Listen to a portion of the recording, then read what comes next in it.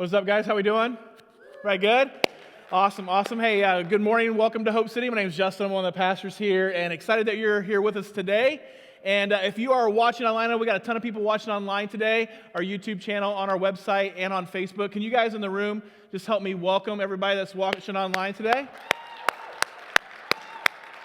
So glad that you guys are joining us, whether in the room or virtually. We're excited to be with you today. One of the things we say around here all the time is that Hope City is a place where you can belong before you believe. And so no matter where you come from today spiritually, if this is your first time in church in 2022, or if you've been here every single week or been to a church every single week, we're just glad that you're here. And we hope that this service moves you one step closer to Jesus. And that's our hope and goal today. Well, we are in this series called Different. And we are doing something different as a church in relationship to our giving. And so if you call Hope City Church your church home, you may know this. We are transitioning to a different online giving platform. And I bring this up because your reoccurring giving really sustains us as a church. And we have kind of investigated every possible way to save money in 2022. And so transitioning from our old giving platform, which is PushPay, to a new giving platform, which is Planning Center, will save us at least $3,000 in monthly fees and transaction fees over the course of this year. And that was a hefty enough savings for us to make that transition. We need your help. I've had people text me this week going, "Can you just change my giving?" And I'm like, man, I wish I could. If I could change your giving, you would be given 20%, right? I know I can't do that, all right? And so we have about 31 people that have not transitioned from weekly or monthly reoccurring giving to our new platform, which equates to about $8,000 a month. And so I'm bringing that up to ask you, if you are a regular giver and you haven't transitioned yet, if you're watching online or you're here in the room, you can text the word giving to 317-943-8773. It's going to send you back a text and say, "Thank you so much for your generosity and for transitioning your giving. Here's a link." That link is not spam. Okay, so you click that link, it's going to take you to the new giving platform. And if you're a regular giver, you already have PushPay either on your phone or computer, then you go into PushPay and cancel your reoccurring giving on that platform, okay? Hopefully it's not too confusing. You can text back that number if you get confused. Doesn't go to my cell phone. It goes to a texting app, but we will respond. Our time frame for this is midnight tomorrow night. On the 1st of February, it's gone. And so we're trying to make you guys aware of that. And I think it's going to help us be better stewards of all the resources that God entrusts to us this year. And so thank you guys so much for your generosity, and thank you for participating in that text message and transitioning that, okay? Awesome. Well, that's the business aspect of the message. We are in week 4 of this series called Different, and this series was birthed kind of out of a crisis that I went through last February 14th, Valentine's Day, has been a day that I just hate. Really, over the last 27 years of being with my wife, I've never really thought, man, that was an amazing Valentine's Day. And I went to the hospital thinking I was having a heart attack last year, and it was just high blood pressure and some other health issues. And so I took some extended time off, and during that time, I read this book by John Mark Comer called The Ruthless Elimination of Hurry.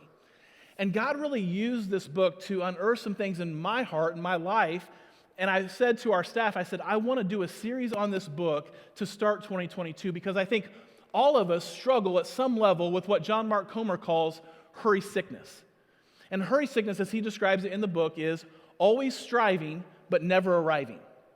Like you're this hamster on this hamster wheel, and you get up and you do the same thing every single day, over and over and over again, but you never feel like you arrive. You never feel like you accomplish what you want to accomplish. You never feel like you actually achieve what you want to achieve. And so you just wake up the next day and you do it all over again, hoping for different results. And the output of this, the result of this, is a life that is busy, it's hurried, and it's exhausted. And it's exhausted beyond what a nap can give you. Right? And some of you are there. Some of you have come into this year and you're like, I am just so tired of being tired. And so the question we've been asking over the last few weeks is, what if we could live differently? What if 2022 could be different? What if we could find the antidote for hurry sickness? What if we could not live this year at the frantic pace or with the unmet expectations that we've lived the last 3 or 4 years? What if we could live differently? And so today I want to talk about this idea of Sabbath, and we'll dive into that in just a second. But do you know, a little trivia question for you, do you know where the longest life expectancy on Earth is, on our planet, the country with the longest life expectancy? You don't have to answer out loud. You can answer for yourself. Well, I'll give you the answer. It's Monaco. All right? It's more than just a race. Monaco, the people that live in Monaco have the longest life expectancy on earth. The second is people who live in a Chinese province called Macau. And then the third, who comes in third, is a Japanese island called Sardinia. Okay? So those are the top three. People who live in Monaco live on average 89.3 years. All right, some of you are looking up Monaco right now, like how much does it cost to get there? How much is real estate? It's very expensive to live there because it's a very confined area. It's very densely populated, but people must just love life there because 89.3 years. Now, the nationality that has the longest life expectancy on planet Earth are the Japanese people. Japanese people live exponentially, like 4 or 5 years longer than any other nationality on earth. People attribute that to their pace of life. People attribute that to their diet. People attribute that to their work schedule, their work-life balance, how most people in Japan have a hobby outside, that they actually go outside and actually do things outside, and it extends their life expectancy. They have the longest life expectancy of any nationality. Now, some of you are wondering where the United States comes in. All of our technology, all of the American dream, all of the things, our proximity to wealth and entertainment, we must be like in the top 5. No, we're not in the top 15. With everything that we have at our disposal, our life expectancy is 78.6 years. Now, that's still relatively high, but it's not in the top 15. And so we have this perception that Americans are happy, that Americans live long and fulfilled lives. But the reality is, you could live like 18 other places on the planet and actually live longer if you didn't live in the United States. That's incredible, right? Here's another nuance to life expectancy that I thought was very interesting. People who claim to be people of faith have a life expectancy, according to a 2018 Newsweek article, that is 4.7 years longer than people who don't claim faith. Think about that. People who say that I have a deep faith in God, or I am a person of faith, I have a faith in God, almost live 5 years longer than people who have no religious connotation, who say, I'm not a person of faith. Like there is this, not just a spiritual reality to the quality of life that we can have as we follow God, but there is data that supports a longer life. Now, it doesn't necessarily mean a happier life. It doesn't necessarily mean a more fulfilling life. That's up to you. But there are people, the people that identify as people of faith, live 4 to 5 years longer than people who don't. And it just supports what we've been talking about over the last few weeks, that Jesus invites us into a different life. He invites us not in just to a better life, a more fulfilling life. He actually invites us into, statistically speaking, a longer life. The invitation that we've based this series on is found in Matthew chapter 11. It says, "Come to me, all you who are weary and burdened, and I will give you rest. Take my yoke upon you and learn from me, for I am gentle and humble in heart, and you will find rest for your souls. For my yoke is easy and my burden is light." Now, I want to leave that scripture up there for just a second, because I want you to look at this phrase, "For I am gentle and humble in heart." You might think, well, what's that have really to do with pace of life? I'm reading this book right now. It's called Gentle and Lowly. It's by a guy named Dan Ortland. He's a professor at Wheaton College. And my goal is to read a book a month. And I have until tomorrow to finish this one. But this book really just, if I struggle in like February, since it's 28 days, I'm just going to get a really small book, right? A real short book. I already have a plan to hit this goal. I'm going to do it, all right? If I have to read picture books, it's going to happen, all right? But what I love about this book is Dan starts talking about, the whole book is about the heart of Jesus. It's getting to know Jesus better. And here's what he says about this passage of Scripture. He says, in the 4 gospel accounts given to us, Matthew, Mark, Luke, and John, there are 89 chapters of biblical text. This is the only place, Matthew chapter 11, verse 29, is the only place in the entire Bible where Jesus pulls back the curtain and tells us about his heart.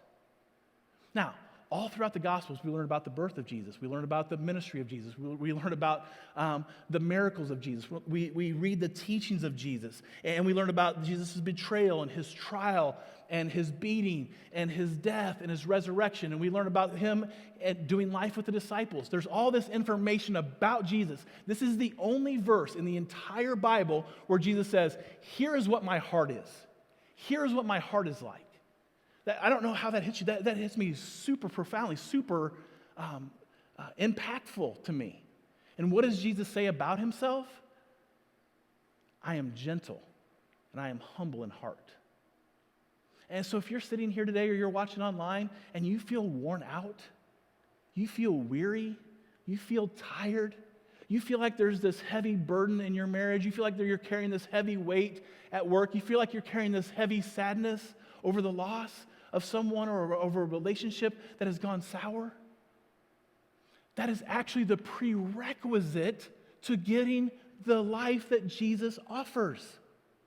Right? Jesus doesn't say, hey, come to me if you don't have any burdens. Jesus doesn't say, hey, come to me if you have all kinds of energy and you're not weary. No, the prerequisite for taking the yoke that's easy and the burden that's light is that we bring our heavy burdens, that we bring our weariness, that we bring our tiredness, that we bring everything that's weighing us down. That is the prerequisite to experiencing the humble and the gentle heart of Jesus. He said, hey, if you are struggling right now, you can come. I'm accessible. I'm not judgmental. I'm not going to demand more out of you. I'm not going to come down on you. I'm not going to tell you how far you're falling short. In fact, I want you to bring all of your burdens. I want you to bring all of your hurts. I want you to bring all of the things that are weighing you down because my heart is gentle. That's very inviting to me, and I hope it is to you.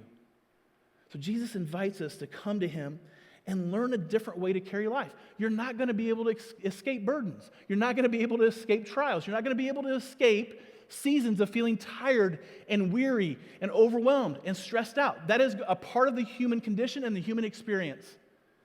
But once you experience that, Jesus says, hey, I'm going to give you a better way to carry that. And so today, we're going to learn that Sabbath is one of the keys to unlocking all that Jesus has for us. Now, you hear the word Sabbath, you think, oh, that's an Old Testament word. Oh, that's an old school word. We don't really talk about the word Sabbath in our culture very often.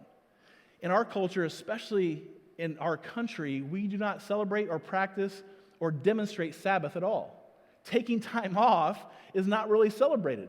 Taking time off at work is not really like your boss is like, oh, I'm so grateful you're going on 14 days of vacation. Have fun. No, they're like, oh my gosh, what are you doing? You're leaving us in a lurch, right? You're leaving us holding the bag. What are you doing taking that much time off, right? Like we don't celebrate Sabbath. We definitely don't practice it. Now, the word Sabbath, I want to dive into a little bit. It comes from a Hebrew word in the Old Testament that is Shabbat, which literally means to stop, to cease, to not do anything. That's what the word Shabbat means. And so the key to overcoming hurry sickness in your life is really to stop. And this is counterintuitive, right? Because we're conditioned to think the key to accomplishing more is to work harder. The key to achieving more is to more passionately pursue your dreams and your goals and be more driven and more goal-oriented and more focused. And Jesus is saying, hey, there's a counterintuitive way to live. And the actual key to experiencing the life that I want you to live is to stop. Now, so often in the church, we're guilty of not promoting this at all, right? In the church, what we have done historically is we have equated activity with spiritual growth. So the more busy you can be, the more that you can do in the church, the more you attend church, the more you give, the more you pray, the more you serve, the more activity that you have spiritually, that must equate to spiritual growth. And so you have a lot of worn out people in church, but they're not really happy or joyful. They're not really experiencing life that Jesus offers, and then they think something is wrong with them. Well, really, something is wrong with the structure of the church.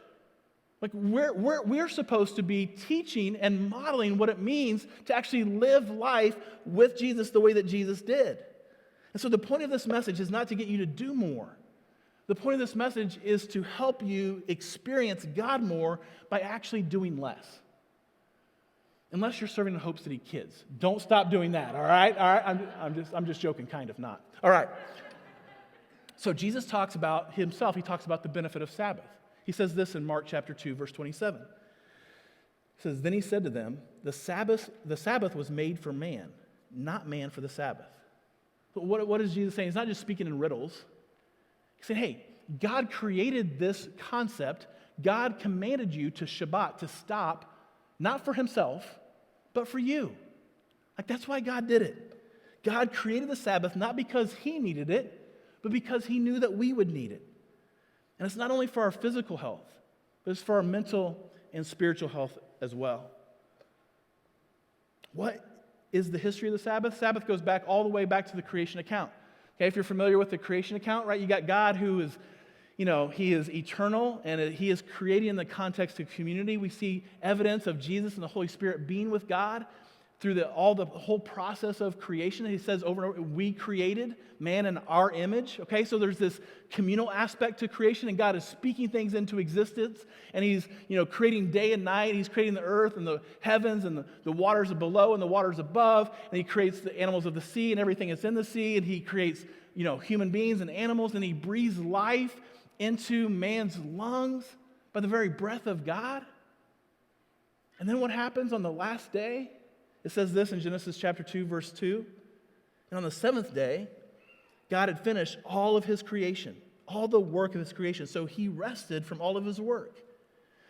And God blessed the seventh day and declared it holy because it was the day when he rested from all his work of creation.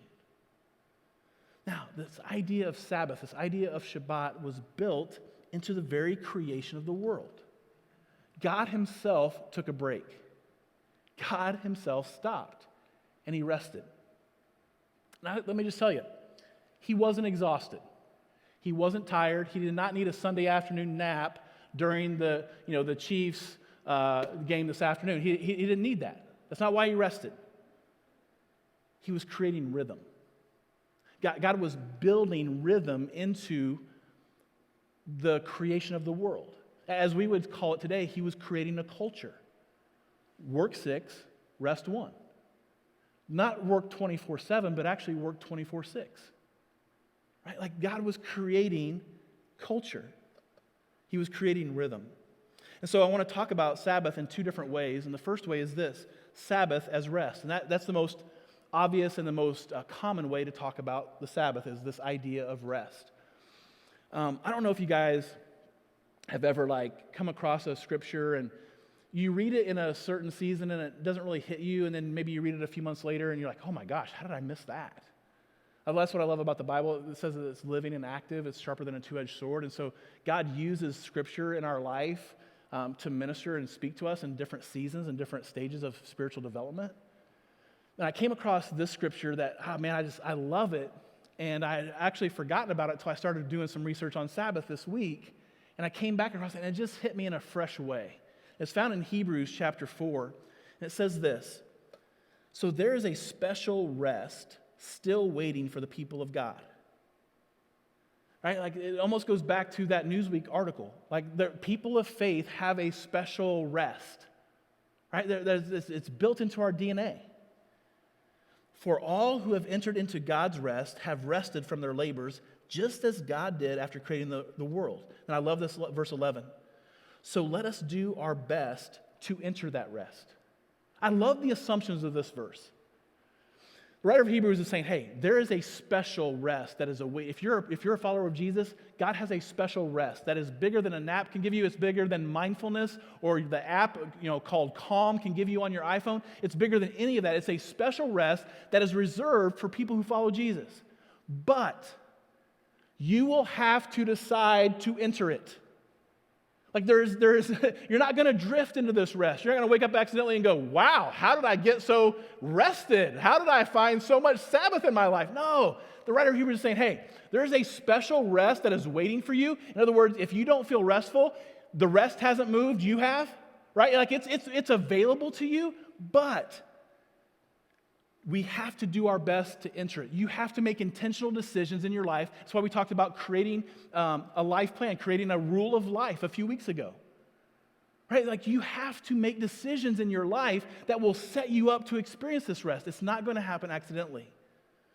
Now, the problem for many of us is this: We are so addicted to activity and so obsessed with achievement and so dependent on accomplishment and so hooked on hustle that we don't experience the rest that God has for us. And we don't even know how tired we really are. We're clueless to the identity that we've built around our busyness. In 2002, Trish and our two boys at the time moved to Noblesville to start a church. I was 28, Trish was 26, I think, and we had no idea what we were doing. We just knew that we were all in. We knew that God had called us to plant this church in Noblesville. And so we moved there, and we don't know very many people. We start with 12 people, and I'm goal-oriented, I'm very driven, I'm very passionate, and so we just dive head first. And we're like, we got one chance at making this happen, and we worked our tails off. And we went for it. And you know what happened? The hustle worked. Like, we started seeing all kinds of results. But what began to happen is I began to equate working for God with being with God. And because I didn't understand, or maybe I did understand, but I avoided this idea of Sabbath and rest and balance, our marriage imploded 3 years in. And we were separated, and I got out of ministry, and we kind of like just stopped. We moved from Noblesville to Zionsville and just kind of started life all over. And we spent the next couple of years like detoxing from the identity we had built around the stage and detoxing from the identity that we had built around accomplishment and achievement and goals and accolades of people. And I really began to understand what it meant to rest. Well, in 2007, our family went to Destin, Florida on vacation. We typically go to Florida every year, but that was kind of new for us. You know, we were in a stage of life with young kids, and so we were just kind of establishing that routine and that rhythm of going to Florida. And so we get down to Destin, and we're driving around, and we're going to different restaurants, walking on the beach, and I'm thinking to myself, man, Destin really looks familiar to me. Like, I'm having like deja vu moments all day long. I'm like, man, I think I've been to this beach. Oh my gosh, like that outlet mall. I think I've been to that outlet mall. And so one night we actually go to the outlet mall, and we're walking out, and I just can't take it anymore. And I said to Trish, I don't know when, but I think I've been to Destin. And she's like, okay. Like, she kind of like blew it off a little bit. And so the next day we're driving to lunch, and we drive past this place called the Crab Trap. If you've been to Destin, it's legendary, right? Like, the Crab Trap's everywhere. And I'm like, Trish, I've been to the Crab Trap. Like, I've eaten at the Crab Trap. I know what the Crab Trap is. I know I've been to Destin. And she's like, are you for real right now? I'm like, yeah, I'm for real. She's like, Justin, we came to Destin for 5 days in 2004. I'm like, what? She's like, yeah, we came down here for spring break in 2004. She's like, me and the boys were on vacation, but you weren't. See, it was spring break that year fell the week before our first Easter. So I got up every morning, and they went to the beach, and I went to work. I stayed in the condo. I worked on my message every day. I had staff meetings about every other day, trying to get our first Easter right. I was staying up late at night approving graphics and approving different things to hand out on Easter Sunday to make sure it was absolutely perfect. And we had a phenomenal Easter, and I missed an entire week of my life with my family. And I was so out of it, I didn't even remember being there. It was like a dream that I was even there. Do you struggle with rest? Here's some tail signs that you can kind of answer to yourself. You know you struggle with rest when you take pride in your busyness. Somebody asks you, hey, how's it going? How you doing? I'm good. I'm just busy. Right? Like, you want to announce how busy you are so they know how important you are. Right? Here's another one. You can't turn your mind off at night. Now, there are certain seasons for this, right? But if this is a chronic thing for you, you don't know what Sabbath is. If you constantly lay in bed and you cannot turn off the thoughts of yesterday, the worries of today, or the stress of tomorrow, there is not a rhythm of Sabbath in your life. You know why? Because Sabbath detoxes us and allows us to find rest. Here's another one. You find no joy in accomplishment or achievement. You hit a goal at work, you hit a deadline at work, you close a deal at work, you're like, on to the next one. Like you're accomplishing things, but there's no joy there. Right? You don't feel fulfilled. You just feel like, man, I'm climbing up this mountain every single day, and I'm walking right back down the next day and starting all over. you keep saying it's just a season. This is just a season. Just a season. This isn't really my life. This is just a season. It's just a season with these small kids. It's just a season with working overtime. It's just a season with traveling so much. It's just a season. How about this? You're there, but you're not really there. Like you're there with your wife, but you're not really there. Like you're there, you're present with your kids, but you're not really present. You're there with your friends, but you're not really there. Like your life is being lived before you, but you're not really living your life. Look what Exodus chapter 20 says. It says, remember to observe the Sabbath day by keeping it holy. You have 6 days each week for your ordinary work, but the seventh day is a Sabbath day of rest dedicated to the Lord your God. On that day, no one in your household may do any work. This includes you. Just in case you don't understand who else in your household. This includes you, your sons and daughters, your male and female servants, your livestock. Your livestock cannot work, all right? Just make sure you know that. Any foreigners living among you. For in 6 days the Lord made the heavens and the earth. Moses is the writer of Exodus, and he's going back to the creation account, right? He's going back to how God modeled it, how God ingrained it in us. And the sea and everything in them. But on the seventh day he rested. That is why the Lord blessed the Sabbath and set it apart as holy. And so it's important. If you want to see the Sabbath as rest, you're going to have to remember it. And I love that he says, remember the Sabbath. You know why? Because he assumes we're going to forget. He assumes we're going to struggle with this. God tells us to remember the Sabbath. We tend to not forget things that are important to us, right? Like if you forgot your girlfriend or your wife's birthday, probably not a good thing for that relationship. If you forget your anniversary, you're making a declarative statement of how much that relationship does not mean to you, right? Like how much other things are in your mind. Like we tend to remember when payday is. We remember when things are important to us. We forget the Sabbath. We forget to take time off. And so God commands us to remember, to make it a priority, to make it holy. Walter Brueggemann's a theologian. He says this about the Sabbath. He says the Sabbath announces that the world is safely in God's hands. The world will not disintegrate if we stop our efforts. The world relies on God's promises and not our efforts. Easy for me to say. The observance of the Sabbath rest is a break with every effort to achieve, to secure ourselves, and to make the world into our image according to our purposes.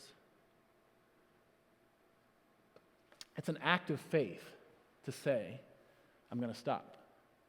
It's a spiritual growth decision to say, I'm not working today. I'm not doing anything today. I'm resting today.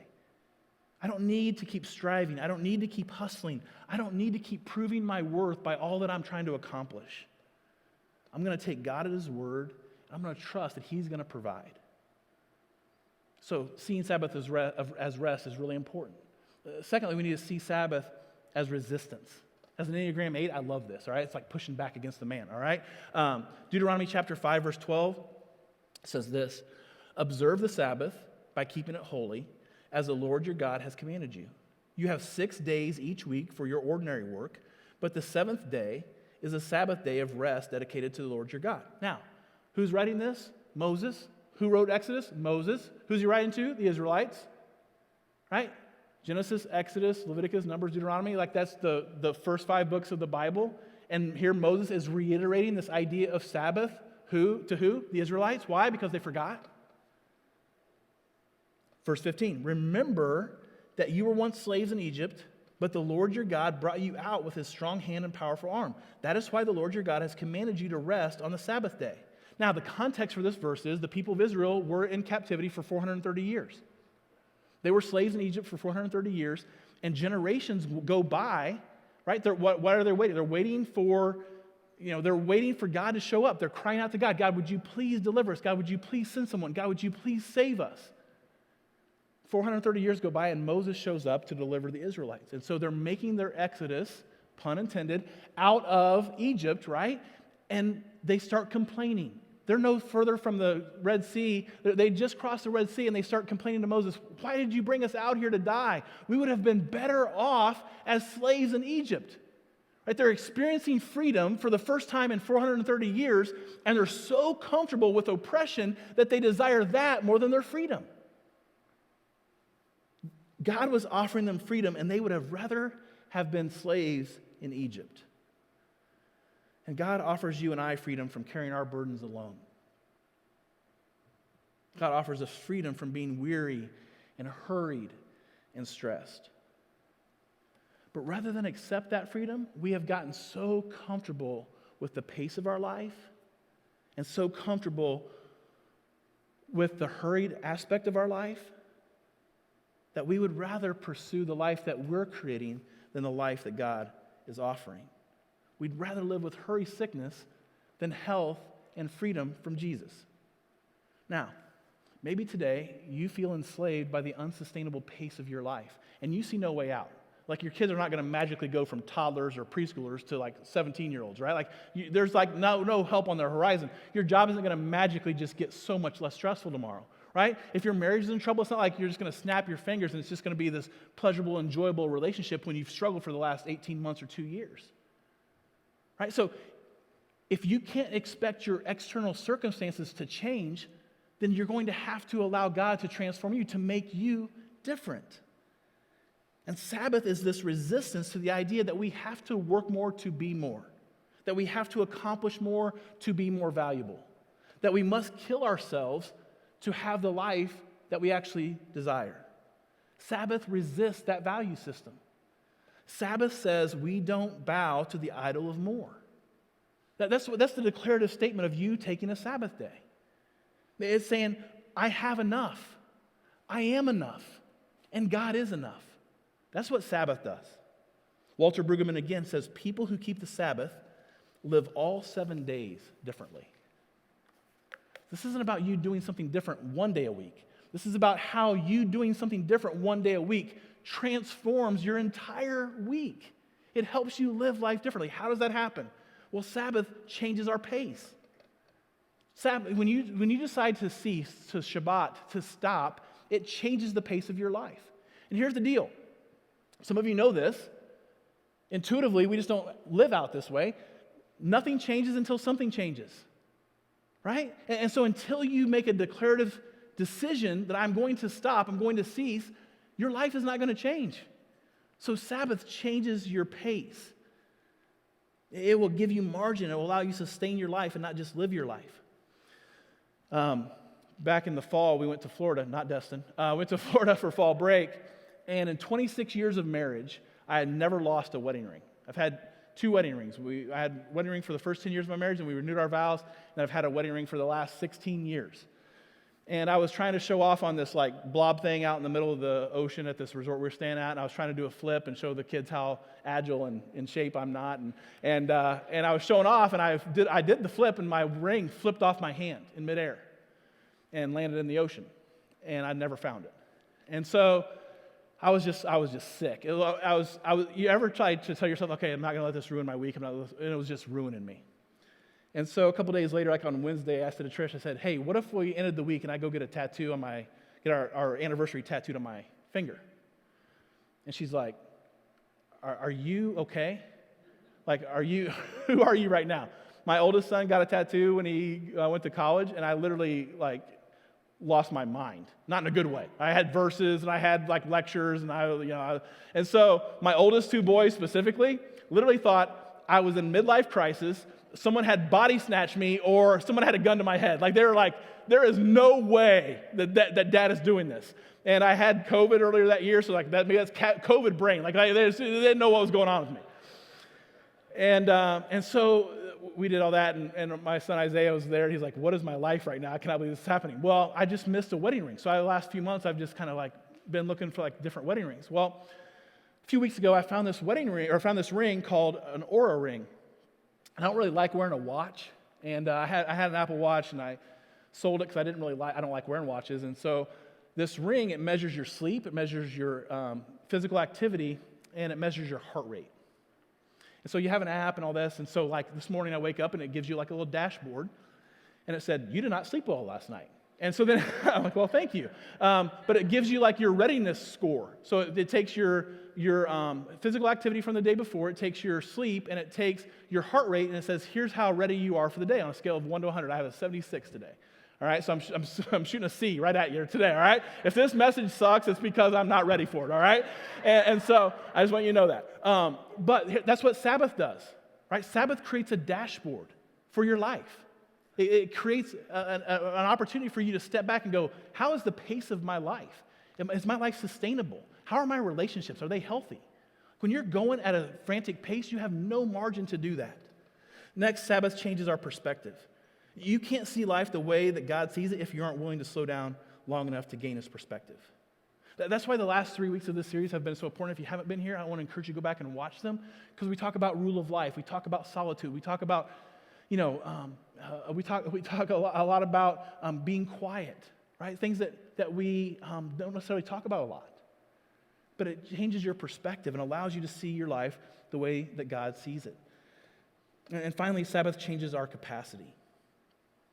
Do you know which fast food restaurant in 2021 became the most profitable fast food restaurant in the United States? Chick-fil-A, Christian chicken, that's right. What does Chick-fil-A taunt their competitors with? We will make more money in 6 days than you can make in 7. Right? Stay open 24 hours. We don't care. We're closing, thinking at 9 out by me, right? That's ridiculous. Who closes at 9 o'clock? But anyway, we're going to be closed on Sunday. So if you drive into a Chick-fil-A on Sunday, what do you think to yourself? Oh, it's closed, right? They're making a declarative statement. We don't want your business today. And they're telling their employees, you don't have to go home. You just can't stay here, right? That's what they're saying. Like, you're not going to work at Chick-fil-A today. But they've built their business around this idea of Sabbath. And what have they done? They've increased their capacity. And you taking a Sabbath one day a week will increase your capacity the other 6. So let me apply this for you as we close today. How can we do this? The first thing you need to do is be still.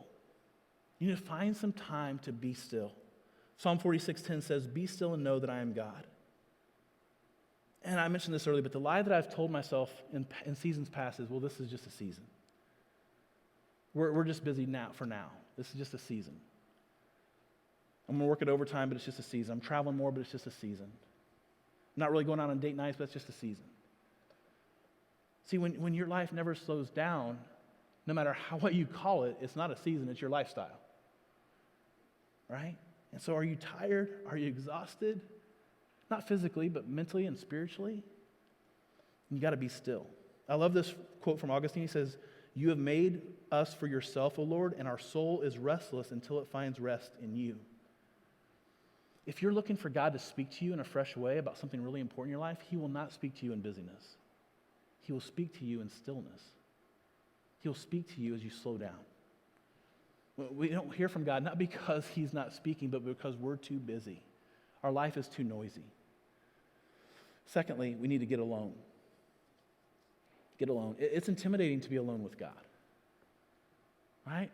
You ever been in a car, maybe it's on a date, or maybe it's like a newer friend, you're in a car with someone, and there's silence, and it's awkward. Right? And you realize it's an indictment on the relationship. But when you've been in a relationship with somebody for a long time, you can drive in silence and you feel comfortable because you know each other intimately and deeply. Still silence, but it doesn't feel as awkward. Well, when you start to be still and you start to get alone with God, it's going to be intimidating at first. It's not going to feel comfortable. I used to avoid solitude because I found my identity in my activity. If I stopped accomplishing something, if I stopped achieving, then I would stop being me. And it's easy to hide around people. Jesus withdrew. We've talked about this over the last few weeks. Jesus withdrew a lot. Palm Sunday, he's riding in on a donkey. All these people are laying down palm branches, singing his praises. You know what he does the very next morning? Doesn't go look for another parade. He gets away by himself and prays. Night before he's crucified, what does Jesus do? He doesn't throw a going away party for himself. He goes away and prays. Spends time with God. If you're going to find rest for your soul, you have to be comfortable in your own skin. Right? You're not going to be able to not be alone with yourself and find rest. And finally, trust God to be God. I love the last 5 words of Psalm 46:10. Know that I am God. You not only need to be still, but then you need to place God on the throne of your life and not yourself. We live with this illusion of control in our life. We worship God and we do things for God and we give to God. And we believe in God, but if we're really honest, we think that we're in more control of our life than God is. We have to make it happen, and we have to work harder, and we have to control the outcome. And we have to prove ourselves. We have to show how important we are. And so if you're going to recover your life, if you're going to live life differently this year, you got to be still, and you got to get alone, and you got to trust God. I want to close our time together, my time with you together, by just asking you to close your eyes right where you're at, and I just want to read this verse over you. It's from the Message translation from Eugene Peterson, Matthew chapter 11. Are you tired? Are you worn out? Are you burned out on religion? Come to me. Get away with me, and you'll recover your life. I'll show you how to take a real rest. Walk with me and work with me. Watch how I do it. Learn the unforced rhythms of grace. I won't lay anything heavy or ill-fitting on you. Keep company with me, and you'll learn to live freely and lightly.